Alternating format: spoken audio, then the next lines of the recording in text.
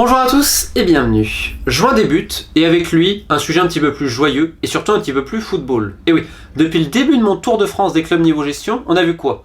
Du micmac en veux-tu en voilà, des mandats donnés aux copains afin de mieux manger, des luttes de pouvoir à tous les niveaux afin de savoir qui va contrôler, l'utilisation de la presse pour parvenir à ces fins-là et se créer une bonne image alors qu'en réalité tu agis toujours dans le dos, et également, des fois, des choses complètement illégales. Et en fait, on s'est rendu compte rapidement que le football, c'est pas la priorité de la plupart des clubs.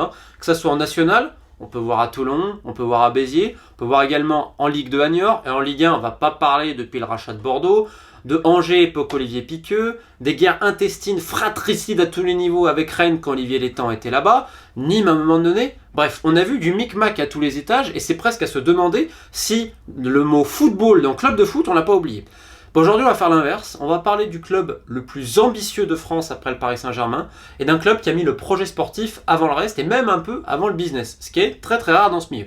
Alors bien entendu, ça ne veut pas dire que ce club est angélique, il y aura du micmac également, il y aura des mandats donnés aux copains, mais ça c'est le foot. Le foot, c'est déjà on est des êtres humains, donc déjà on n'est pas parfait, et le foot c'est quand même une zone un peu de non-droit, et même un club plutôt propre et plutôt sain comme Strasbourg, il y a quelques mandats, je peux vous dire que les copains ils mangent bien. Mais bref, aujourd'hui, on va parler de l'OGC Nice depuis le rachat par Ineos, cette société de chimie tenue par Jim Ratcliffe, l'homme le plus riche du Royaume-Uni si je ne m'abuse. Et vous allez voir que ce rachat-là, quand même, il est positif parce qu'aujourd'hui le football c'est la priorité du club. Alors avant, petite présentation, Ineos, comme je vous dis, c'est une entreprise de chimie qui ces dernières années a pas mal investi dans le sport, que ce soit à travers le cyclisme, à travers l'événementiel sportif, comme cette idée de faire ce marathon en moins de 2 heures. Alors je crois que le temps n'a pas été complètement homologué officiellement, même si le coureur kényan l'avait réussi en moins de 2 heures. Également un autre rachat d'un club de foot, celui du Lausanne Sport en Suisse. Alors petite parenthèse sur le Lausanne Sport, puisqu'une synergie d'ailleurs est créée avec Nice, qui est le club phare, et son club on va dire presque filial, qui est celui du Lausanne Sport. Enfin filial pas tellement, vous allez voir. À Lausanne, donc il le récupère en première division. On dit Ineos si on met les moyens. C'est assez ironique d'ailleurs, parce qu'au début on a vu du clinquant, on a vu entre guillemets des grands noms arriver d'un peu de partout. Finalement le club n'a pas réussi à se sauver en première division, ils étaient déjà mal embarqués. Donc retour en Challenge League. La Challenge League c'est la 2e division suisse. C'est quand même un petit peu un mouroir, puisqu'il y en a un seul qui peut monter. Et cette année, en l'occurrence, Lausanne était loin devant Vaduz, qui était son second, je crois, avec 15 points d'avance. Et c'est marrant, parce qu'ils avaient fait un recrutement un peu plus raisonnable et un peu plus centré sur la Suisse, notamment des deux avec la Challenge League, notamment le buteur de Rapserville, je crois qu'on dit comme ça cette ville, qui sont allés récupérer, qui a mis 15 ou 16 buts déjà. Et d'ailleurs, pour la petite anecdote, les anciens du football vaudois, qui ont fait d'ailleurs les grandes époques du Lausanne Sport de la dernière décennie. On peut penser à Alexandre Pache, on peut penser à Nicolas Gétaz qui était déjà là, si je ne m'abuse, lors de l'aventure européenne du Lausanne Sport quand il était en 2e division de Challenge League avec les Silvio, les Jérôme Sonra, les Guillaume Katz. C'était un temps béni à la Pontaise. La Pontaise, c'est le stade de Lausanne où en hiver, il fait froid. Je me rappellerai toujours d'un Lausanne-Neuchâtel, il faisait froid, c'était une horreur. Enfin bref, on est dans une logique, pour le moment en tout cas, différente de Monaco avec le Cercle de Bruges, ou également des clubs du City Football Group. Donc c'est à suivre le projet de Lausanne, mais ça renvoie au club phare de ce projet Ineos, l'OGC Nice. Alors depuis le rachat, on se dit oui quand même ils sont ambitieux et tout, mais c'est comme si on les prenait pas toujours au sérieux.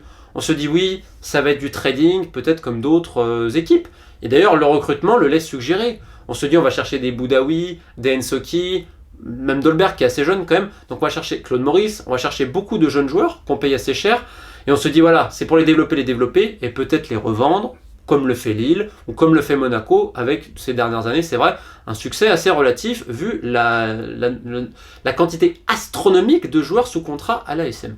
Le projet de Nice, c'est pas ça en fait.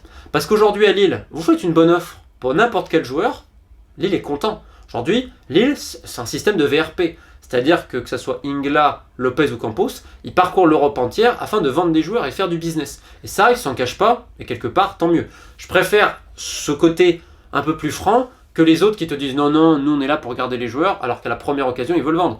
Petit exemple, les Ganes, quand ils vendent Braithwaite à Barcelone, ils sont pleins de partout, alors qu'en coulisses, ils étaient super contents de l'avoir vendu, tu vois. Je déteste cette hypocrisie dans le foot. Même l'Olympique Lyonnais, qui a un projet quand même structurel très sympa et plein d'autres choses, l'OL, à un moment donné, quand le joueur ils estiment qu'il a atteint une certaine valeur, on le vend. Voilà, c'est pas d'hypocrisie. À Nice, c'est un peu différent. Parce que moi, je ne vais pas vous parler de Patrick Vieira, du match, etc. Je ne suis pas assez le football français sur le terrain pour avoir un avis complet. Il faut regarder quasiment tous les matchs. Moi, je m'intéresse surtout à ce qui se passe en coulisses et au business. Les gens qui font des analyses de match, il y en a plein.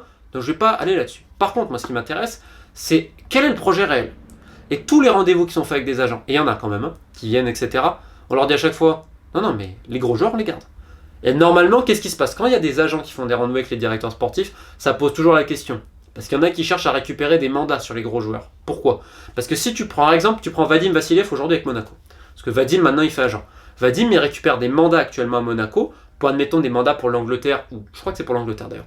C'est-à-dire que pour X joueurs, si je ramène une offre d'Angleterre, eh ben, je récupère une somme entre 5 et 10% du transfert. Donc sur un transfert à 20 ou 30 millions, je vous laisse compter, c'est énorme. Donc il y a des agents qui arrivent qui disent, voilà, moi peut-être je peux te sortir une offre pour Atal ou pour que sais-je encore. On dit non. Pour les gros joueurs, c'est non. Alors attention, ça ne veut pas dire qu'ils resteront ad vitam aeternam à Nice, non. Parce qu'à un moment donné, le joueur peut-être va vouloir partir. Et quand un joueur veut vraiment partir, eh ben, un club, c'est difficile de le retenir. Néanmoins, l'été dernier, il y a eu des offres pour les gros joueurs de Nice. On a dit non. Ça ne veut pas dire que s'il y a une énorme offre qui arrive et que le joueur il fait le forcing, voilà.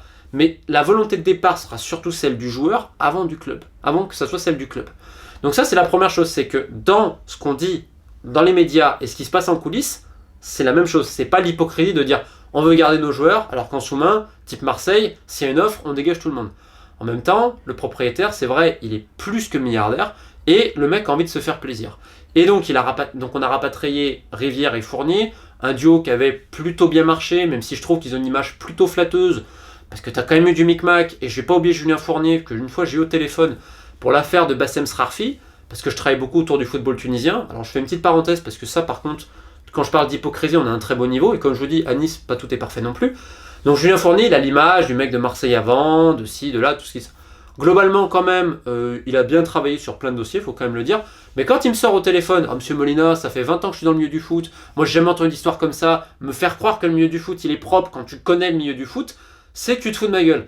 Et après, je lui dis, oui, mais enfin, Bassem Srarfi, l'ancien président du club africain, donc Slimel Riechi, il vous a envoyé un truc pour être payé sur son propre compte bancaire quand même, pas sur le compte bancaire du club. Oui, c'est vrai, cet exemple, maintenant que vous le dites. Attends, mais il y a 5 minutes, il me dit non, le foot c'est magnifique, faut parler des belles histoires et tout. Et je déteste l'hypocrisie comme ça. Un mec qui te parle de ça, ça veut dire la soupe elle est très très bonne. Donc Julien Fournier et Rivière, on pourrait parler également de l'académie en Afrique avec Souleymane Cissé, qui est à Bordeaux. T'as pas de conflit d'intérêt. Alors certes, le conflit d'intérêt il est plus pour Souleymane Cissé, qui dans le même temps à Monaco, quand il était au centre de formation, les joueurs pour qu'ils jouent, il fallait qu'ils aillent avec tel agent. Le foot, c'est-à-dire que t'es entraîneur, etc. Mais il y a le business quand même. C'est pour ça que c'est un milieu compliqué. Et que là, j'ai envie de parler de Nice en bien. Je souligne quand même ça de Fournier, qui d'ailleurs a signé des mandats à Willy Mackay pour Cyprien et pour Tamazé, si je dis pas de bêtises, pour l'Angleterre.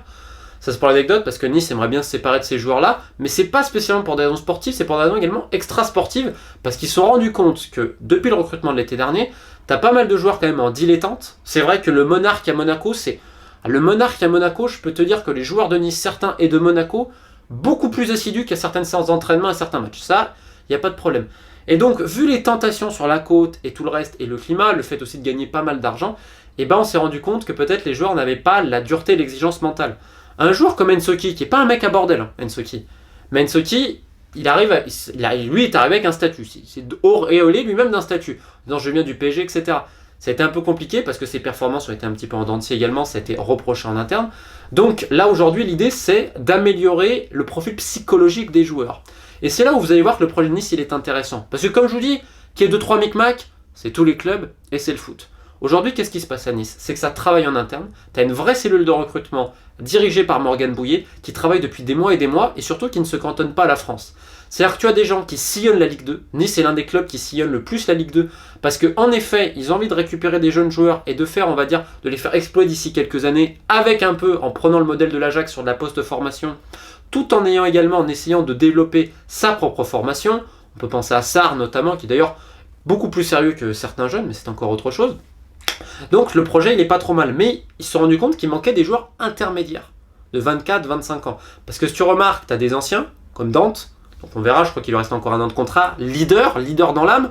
T'as d'autres mecs un peu plus intermédiaires, expérimentés, comme Benitez, pareil, des mecs très importants. Et il manquerait de l'intermédiaire, c'est-à-dire des mecs entre 24, 27 ans, et surtout, qui vont au turbin, qui ont une meilleure hygiène de vie, qui sont un peu plus professionnels. Parce que c'est vrai que l'été dernier, il y a eu beaucoup de soucis. C'est pour ça, par exemple, que Ounas ne va pas être gardé. C'est pas du tout un mauvais garçon, Ounas. Mais la Vida Loca, ça connaît. Et il y en a beaucoup dans ce niveau-là. Et donc, également, dans le même temps, tu as eu peut-être des incompréhensions avec Patrick Vieira, sur le fait que tactiquement, bon, on disait il changeait trop, etc. Certains se plaignaient également des entraînements, et donc ils ont pris un préparateur physique à côté, ce qui faisait un peu doublon, le club n'était pas au courant. Donc là, si vous voulez, le club veut un peu plus professionnaliser, rendre encore plus de sérieux, et donc avoir des profils qui sont scoutés depuis des mois et des mois sur place, que ce soit en France et à l'étranger. Donc Nice a ciblé plusieurs championnats, on va dire périphériques également, avec le postulat de dire, dans ces championnats-là, on va peut-être trouver des joueurs, les meilleurs joueurs de clubs qui jouent l'Europa League, etc. Donc ils ont beaucoup scouté au Portugal, également en Grèce, aux Pays-Bas, un petit peu en Belgique, et donc ils ont tout ça avec également un petit réseau qui commence à se mettre en place aussi en Amérique du Sud. On regarde également le championnat africain. Donc c'est-à-dire qu'il y a eu énormément de travail, le football africain, excusez-moi, donc il y a eu énormément de travail en coulisses depuis des mois, et eux ils ont fait leur boulot. C'est-à-dire qu'ils n'attendent pas aujourd'hui pour savoir sur qui on est. Non, c'est depuis des mois, ça a été scouté, et honnêtement ça a été bien fait. Pour le coup, de tous les échos que j'ai, ça travaille. Alors, c'est pas exceptionnel, et on va dire oui, ils ont peut-être raté tel ou tel mec, ils se sont foirés sur tel ou tel recrutement de l'été dernier, mais tu te foires, on se foire tous. Tout le monde fait des erreurs. Monchi le premier, qu'on dit c'est le meilleur directeur sportif au monde de Séville, lui-même il en fait plein, t'inquiète pas. Il avait ramené quelques joueurs de l'Est, je veux dire, et pourtant Monchi, grand monsieur quand même. Donc là, qu'est-ce qu'on a fait? On a vu que l'été dernier, il y a eu des petits problèmes. Et ben là, on corrige le tir.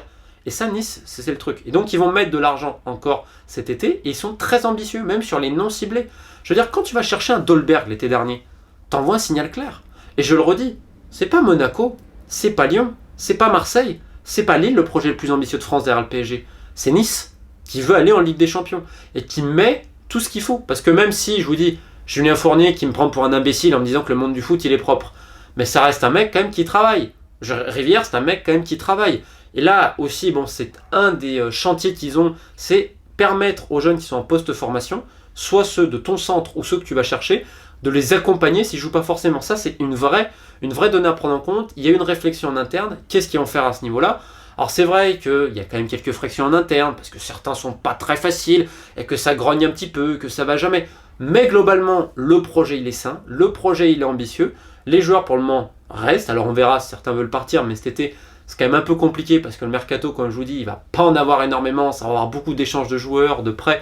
Et surtout, il faut attendre que tous les championnats européens se terminent et que les droits TV soient payés dans leur intégralité pour tous les autres championnats européens. Mais Nice, eux, ils veulent attaquer fort. Alors certes, ils attendent quelques départs justement pour professionnaliser encore un petit peu plus le groupe.